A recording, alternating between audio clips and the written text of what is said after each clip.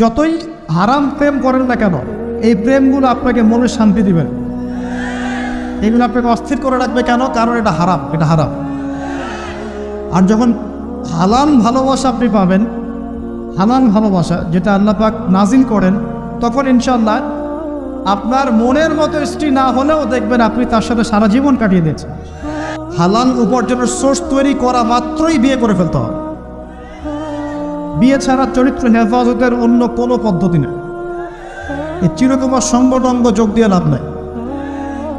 আর যতই হারাম প্রেম করেন না কেন, এই প্রেমগুলো আপনাকে মনে শান্তি দিবে, এগুলো আপনাকে অস্থির করে রাখবে। কেন? কারণ এটা হারাম, এটা হারাম।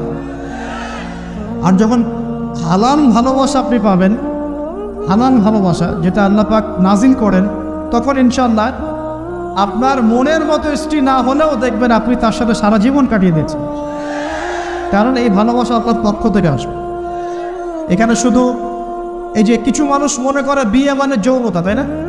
এটা একটা কনসেপ্ট তৈরি করে দেওয়া হয়, বিয়ে মানে মনে হয় যৌনতা। আসলে বিয়ে যৌনতার বৈধ একটা পথ মাত্র, এটা হালাল একটা পথ মাত্র। এখানে আরো বড় বিষয়টা হচ্ছে দায়িত্ববোধ।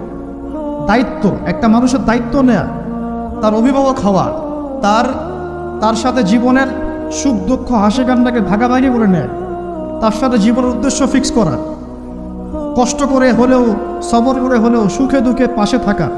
স্বপ্ন মানে পাশে থাকা, স্বপ্ন মানে কি? পাশে থাকা। তার দায়িত্ব নেয়া, রেসপন্সিবিলিটি নেয়া, তাকে খাওয়ানো, তার ভরণ পোষণ দেয়া। কেউ যদি আপনার স্ত্রীর দিকে খারাপ চোখে তাকায়, আপনি তার চোখটা পর্যন্ত তুলে ফেলবেন, এর নাম বিয়ে। এই কাজ করবেন না? এই কাজ করবেন। তো এখানে যৌনতা দিয়ে দেওয়া হয়েছে, বিয়ে মানেই মনে হয় যৌনতা। বিষয়টা এমন না, এখানে অনেক বিষয় জড়িত আছে। এই কারণে একটা পবিত্র সম্পর্ক, এটা মিসাকুন গালিজ, এটা কঠিন অঙ্গীকার আল্লাহর পক্ষ থেকে। এই কারণে দেখা যায় অনেক চড়াই উতরাই পার হলেও বৈবাহিক সম্পর্ক ঠিক থাকে না। কিন্তু যত দিন যাচ্ছে কি হচ্ছে, এই ভাঙনগুলো বাড়ছে। কেন বাড়ছে? বিকজ বিয়ের আগে প্রেম, বিয়ের আগে অমুকের সাথে প্রেম, অমুক জেনা, পর্নোগ্রাফিতে আসক্ত, পরকিয়া, ওই সিরিয়ালস, পশ্চিমা সংস্কৃতি, বস্তুবাদিতা, সব মিলিয়ে বিয়েগুলো ভেঙে ভেঙে যাচ্ছে, পরিবারগুলো নষ্ট হয়ে যাচ্ছে।